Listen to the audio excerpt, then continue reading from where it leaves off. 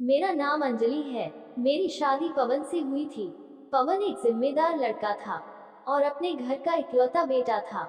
जब मैं शादी की रात दुल्हन बनकर बेड पर बैठी थी, पवन जब कमरे में आया तो मैं पसीना पसीना हो रही थी, क्योंकि मेरी माँ ने मुझे ऐसी बात कह दी थी कि मैं चाह कर भी पवन को अपने पास नहीं रख सकती थी, क्योंकि वह बहुत बेकरार था। उसने इस रात को लेकर दिल में बहुत अरमान पाले थे। जब वह मेरा घूंघट उठाने लगा, मेरे तो जैसे प्राण निकल रहे थे कि आज अब मेरा राज खुल जाएगा। मैं बहुत घबराई हुई थी। पवन मेरी तारीफ करते जा रहा था। कभी कहता, तुम्हारे गाल कितने खूबसूरत हैं, तुम्हारे बाल जैसे काली घटा है, तुम तो एक रानी लग रही हो, किसी परी से तुम कम नहीं हो मेरी जान। पवन के मन में जो आ रहा था वह बोले जा रहा था। वह बहुत ज्यादा खुश था, लेकिन उसको क्या पता कि उसकी खुशी गम में बदलने वाली है। उसने जैसे ही अपने हाथों से मेरे गालों को छुआ, जैसे मेरे अंदर बिजली दौड़ गई, और फिर उसने मेरे बालों को छुआ जिससे मैं अपना कंट्रोल खो रही थी। मैंने एक पल में पवन को हल्का धक्का दे दिया, जिससे पवन नाराज हो गया। पवन ने कहा, क्या बात है, तुम ऐसा क्यों कर रही हो? क्या तुम किसी और से प्यार करती हो या तुम्हारी जबरदस्ती शादी हुई है? मैं कुछ नहीं बोली। मैंने पवन को गले से लगा लिया और कहा, देखो, अभी कुछ दिन मेरी संगत से दूर रहो, मेरी कुछ मजबूरी है। तो उसने कहा, मैं तुम्हारा पति नहीं हूँ, तुम मुझसे क्या छुपा रही हो? पति पत्नी तो एक दूसरे का लिबास होते हैं।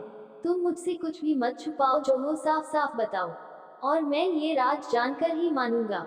मैंने बहुत कोशिश की कि वह मान जाए, लेकिन वह बार बार यही पूछ रहा था कि क्या बात है, कोई बात हो तो बताओ, क्या तुम्हें कोई बीमारी है, या तुम्हारे संगत में आने से मुझे कोई नुकसान होने वाला है, या कोई भूत प्रेत का साया है जो है, तुम मुझे बताओ, उसका हल जरूर निकलेगा। उसने मुझे अपनी बाहों में उठा लिया। अब मैं और बेकरार हो गई थी। मैं कैसे अपने आप को रोक पाती, लेकिन मेरी माँ ने जो कहा था वही बात मेरे कानों में गूंज रही थी। मैं इतना ज्यादा सोच में पड़ गई थी कि मुझे याद ही नहीं है कि कब मैं बेहोश हो गई, और जब मेरी आंख खुली तो मैं एक अस्पताल में थी। मेरी सास एक बहुत ही अच्छी महिला थी, उन्होंने मेरा बहुत ख्याल रखा। डॉक्टर ने घर वालों को बताया कि इनको बहुत ज्यादा सदमा लगा है, इनके सामने कोई भी टेंशन वाली बात ना की जाए, नहीं तो ये फिर दोबारा इसी हालत में हो सकती है। वहां से आने के बाद पवन मेरा बड़ा ख्याल रखने लगा था, लेकिन उसकी आंखें बता रही थी कि वह कितना मुझे शिकायत कर रही हूँ। लेकिन मैं करती भी तो क्या करती, मैं तो बहुत ही ज्यादा मजबूर थी।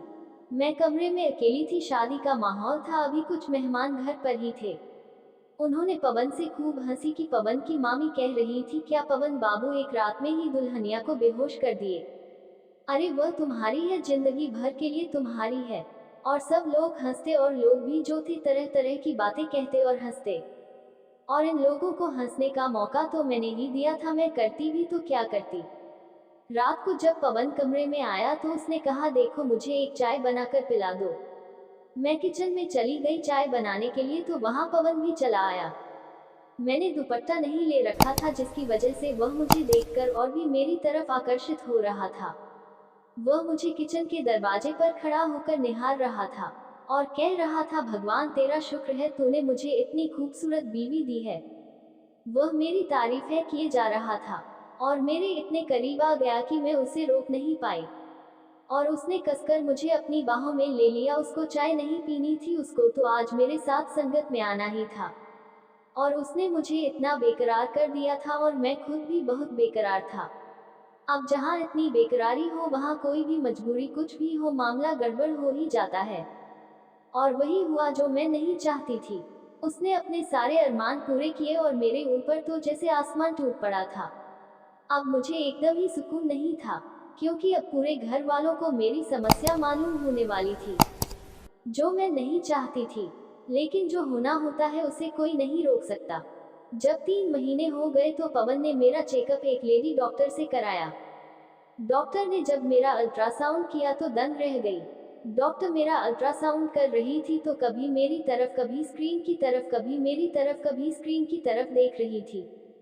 और मैंने उससे कहा कि डॉक्टर साहिबा, मेरी यह बात प्लीज मेरे पति को मत बताइएगा, आप सिर्फ रिपोर्ट दे दीजिएगा।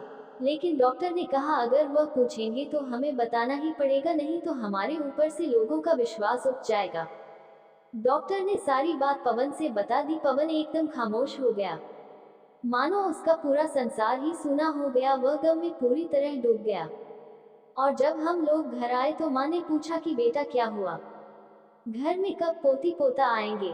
तो पवन ने कहा माँ, जो किस्मत में लिखा होता है उसे कौन टाल सकता है। माँ, मैं एक बांझ मर्द हूँ, तेरे लिए मैं पोती पोता नहीं पैदा कर सकता। पवन की बात सुनकर मैं तो हैरान हो गई थी। मैं तो सोच रही थी कि पवन मेरे ऊपर बहुत गुस्सा होगा, बहुत ज्यादा मुझे बुरा भला कहेगा, लेकिन पवन ने मुझे कुछ नहीं कहा और मेरी कमियों को अपने ऊपर ले लिया। क्योंकि मेरे शरीर में तो बच्चेदानी नहीं थी, मैं बच्चा पैदा नहीं कर सकती थी, जिसका उसे बहुत अफसोस हुआ। पवन मुझसे कई दिनों तक नहीं बोला। दोस्तों, कहानी कैसी लगी कमेंट बॉक्स में बताएं और चैनल को सब्सक्राइब करना ना भूलें।